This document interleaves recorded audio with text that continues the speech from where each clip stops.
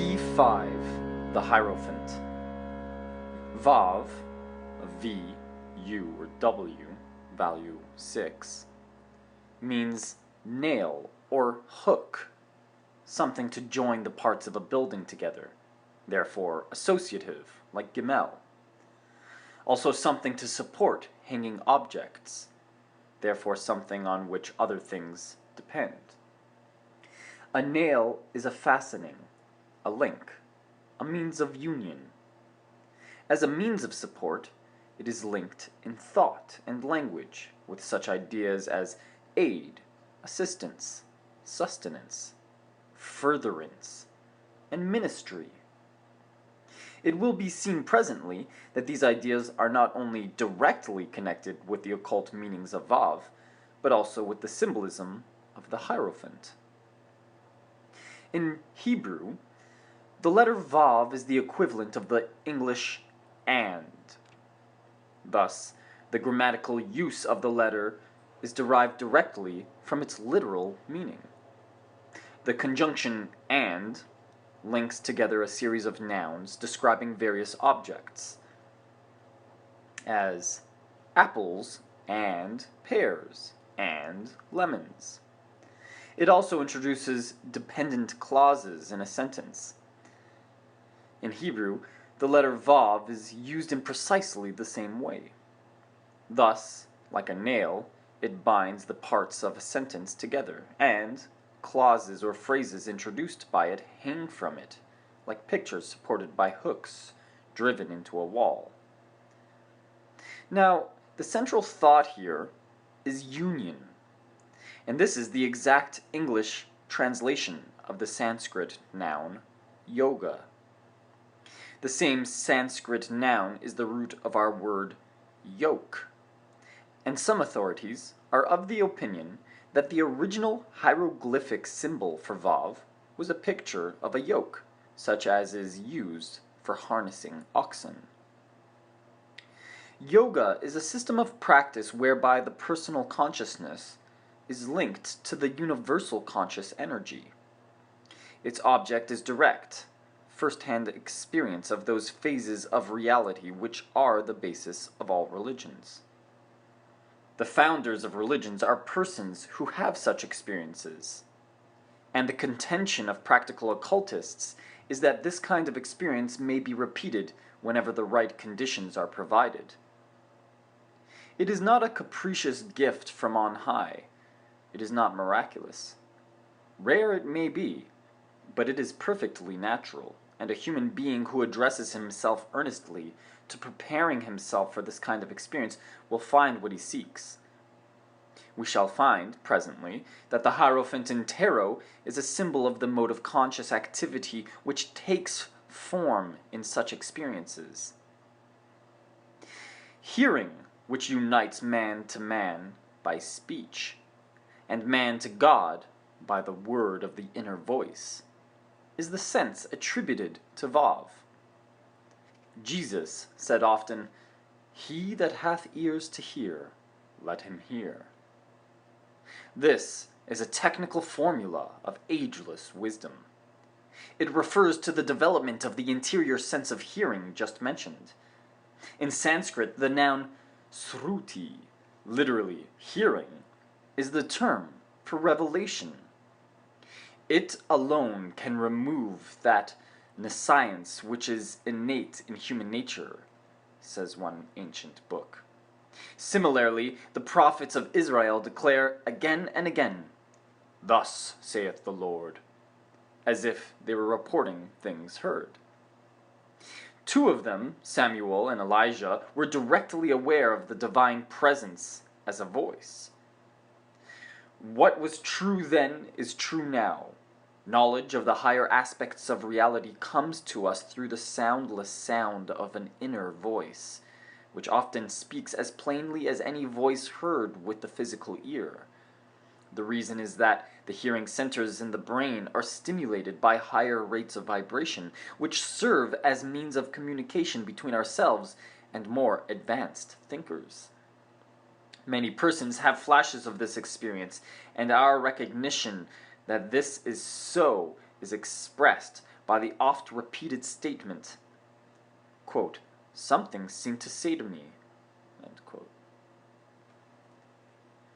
Triumphant and eternal intelligence is the name of the mode of consciousness corresponding to Vav.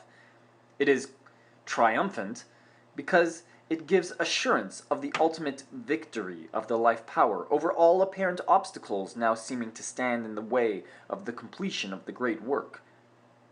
It is eternal because it not only carries with it a positive conviction of immortality, lifting personal consciousness out of the limitations of time into the realization of the freedom of eternity, but also because the revelations of the inner voice enable us to solve particular problems by applying principles which, as soon as we perceive them, we recognize as being true, yesterday, today, and forever. Taurus the Bull, a fixed earthy sign, is attributed to Vav. It is ruled by the planet Venus, key 3, the Empress, and is the sign of the exaltation of the moon, key 2, the High Priestess. The name of the sign itself shows a secret correspondence with the higher spiritual things, and with superconsciousness, inasmuch as Aleph, the bull, is the letter corresponding to Ruach, the life breath, pictured in tarot by the Fool. The voice of the Hierophant gives verbal form to the vision of the Fool. Revelation, key 5, is the communication of the transcendent knowledge of superconsciousness insofar as that knowledge can be put into words. Astrologically, too, the sign Taurus is representative of latent powers and energies, of secretiveness and reserve, ideas clearly suggested by the title and symbolism of the Hierophant. Furthermore, Taurus rules the neck, which is the link between head and body. And in the neck is located a psychic center dominated by the Venus vibration. The exaltation of the moon in Taurus indicates that the powers of subconsciousness, especially the powers of memory and of recollection, have their highest manifestation in the mental activities pictured by key 5. In our color scale, Taurus is red-orange. Its musical tone is C sharp, or D flat. Southeast, the direction attributed to Vav, is represented on the cube of space by the vertical line connecting the lower southeast corner with the upper southeast corner. This edge of the cube is also the line along which the southern and eastern faces of the cube are conjoined. In tarot, south is related to key 19, the sun, and east is related to key 3, the Empress. Here is suggested a blending of solar and Venusian qualities. The sun is a great center of what Hindus called prana.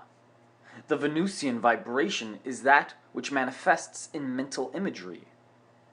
Occultly, the blending of these two vibrations is the mingling of the universal conscious energy with the imaginative, generative powers of subconsciousness. In the activity symbolized by the Hierophant, these two phases of the life power are combined. Hierophant means revealer of sacred things. It was the name of the chief officer in the Eleusinian mysteries, and signifies that which makes known the hidden import of the appearances whereby we are surrounded. In many versions of the tarot, this key is named the Pope, but Dr. Waite rightly says that this is a particular application of the more general office that he symbolizes. On the other hand, Pope really means father, and when we consider the relation of key 5 to the Kabbalistic tree of life, we notice that the path of Vav is the one which begins in wisdom, the second Saphira, and descends to mercy, the fourth Saphira. Thus, since the Saphira wisdom is also known as Ab, the father, it becomes evident that the Hierophant, as an expression of that Saphira's outflowing energy, is not altogether misnamed when it is called the Pope.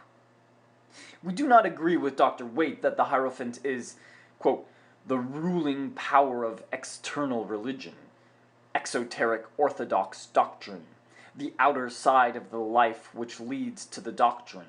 End quote. On the contrary, he is the pontifex, the bridge maker who provides a connecting link between outer experience and interior illumination. He sits on a throne between two stone pillars. These and the throne, together with the background, are gray, a color associated with wisdom, because gray is the tint resulting from equal mixture of any two complementary colors. Since color complements are also opposites, gray stands for the perfect balance of all pairs of opposites, and this is the practical aspect of wisdom, the Second Saphira. Thus, the gray background of key 5 affords a very definite clue to the position of this key on the tree of life, since, in colored representations of the tree, the Second Saphira is painted gray. The design on the capitals of the pillars is a phallic symbol of union. The pillars themselves repeat the motif of duality and suggest the laws of association represented by the pillars of the High Priestess. The throne is also of stone, and the word stone has a very special meaning in the Bible and in the Kabbalah. In Hebrew, stone is ABN, Aben. The first two letters of this word, Aleph and Beth, are the letters of the noun Ab, meaning father. And this is one of the Kabbalistic names for the Second Saphira. The last two letters, Beth and Nun, spell the word Ben, meaning son. And this is the Kabbalistic name for the Sixth Saphira, beauty, which, as you can see from the diagram of the tree, is the central point and, so to say, pivot of that diagram. Thus in the word ABN, Aben, as Kabbalists say, quote, "The names of the Father and the Son, of wisdom and beauty, are conjoined," end quote. And this is the main reason for the many symbolic uses of the word stone throughout the scriptures. At the back of the throne, on either side of the Hierophant's head, are two horned circles representing the sign Taurus. The same Taurus symbol is shown also on the throne behind the Hierophant in the rider pack, but it is drawn in such a way that few persons unacquainted with the occult meanings of Vav would be likely to notice it. This partial concealment may have been due to the fact that Dr. Waite seems to have been somewhat concerned lest he should expose the deeper occult significance of tarot to any but initiated students. The crown is a triple tiara, like the Pope's crown. It is of gold, symbolizing radiant energy and wisdom. It is ornamented with 3 rows of trefoils. Top row, 3. Middle row, 5. Bottom row, 7. In the rider pack, the middle row has 7 and the bottom row has 5. The total number is 15, the numeral value of the Hebrew divine name Jah, Yod, He. This name is that associated by Kabbalists with the Second Saphira, and affords another clue to the attribution of key 5 to the path joining the Second Saphira to the 4th. Since any trefoil represents the number 3, 15 of them stands for 3 times 15, or 45, number of the name ADM, Adam. Here is a reference to the Kabbalistic doctrine that man, or Adam, is God's image of himself, that the primary thought in the mind of God prior to all manifestation must be God's awareness of his own nature and powers, and that this awareness is the true image of God, designated by the name Adam. The 3 trefoils in the upper row designate the threefold nature of the life power. The 5 in the second row represents the 5 modes of manifestation, the quintessence and the 4 elements, or the 5 tattvas of Hindu philosophy, which are the subtle principles of sensation. The 7 in the bottom row correspond to the 7 spirits of God, to the 7 sacred planets, to the 7 alchemical metals, and to the 7 chakras, or interior stars of the yoga schools. Here we have also the 3 principles of the alchemists, their 5 modes of manifestation of the one thing, and their 7 so-called metals. In the rider pack, the tiara is surmounted by a black W, indicating the correspondence of key 5 to the letter Vav. In the BOTA, Builders of the Adytum version, the ornament at the top of the crown is a small sphere, symbolizing the archetypal world. Below it, the 3 rows of trefoils in descending order symbolize the creative, formative, and material worlds. The outer robe of the Hierophant is red-orange, the color corresponding to Taurus. It has, for trimming, a border of blue-green, complementary to red-orange, and corresponding to the sign Scorpio. The sign opposite and complementary to Taurus. At the neck, this outer garment is caught with a clasp in the form of a silver crescent. This is a symbol of the moon, which is exalted in Taurus. Its position at the Hierophant's throat is a reminder that Taurus rules that part of the human body. Under this red-orange robe, the Hierophant wears a garment of blue, like that of the High Priestess, and having the same meaning. Under this is a white garment, like that of the Fool, and having the same significance. The crosses on the Hierophant's white shoes refer to the union of male and female, positive and negative forces, and to the order 4 cross, which results from that union. Similar crosses are shown on the backs of his hands, on the carpet under his feet, and on the handles of the crossed keys. These 10 crosses repeat the symbolism of the 10 circular ornaments on the outer garment of the Fool. Hanging from the crown, behind the ears of the Hierophant, is an ornament in the form of a yoke. This refers to the primitive meaning of the letter Vav. It falls behind the Hierophant's ears to call attention to these organs of hearing. In his left hand, the Hierophant holds a yellow or golden staff. It symbolizes the dominion of the life power through the planes of nature, represented by the knob at the top, with 3 crossbars below it. These latter correspond in meaning to the 3 rows of trefoils on the tiara, and the knob at the top of the staff corresponds to the circular ornament at the top of the crown. The scepter is yellow or golden to show that the power exerted in the Hierophant's dominion is the power of the universal radiant energy. The crossed keys at the Hierophant's feet are the familiar symbols of the power of the papacy, yet they have a deeper meaning. One is silver, the other golden. They stand for the solar and lunar currents of radiant energy which, as nerve currents in the human body, are utilized as keys to open the inner doors leading to higher modes of awareness. The golden key is the key of heaven, wherein the sun is ruler. The silver key is associated with hell because of the correspondence between the moon and Hecate, whom the Greeks worshipped as a deity of the underworld. Thus, the silver key relates to the powers of sub-consciousness, and the golden key represents the powers of super-consciousness.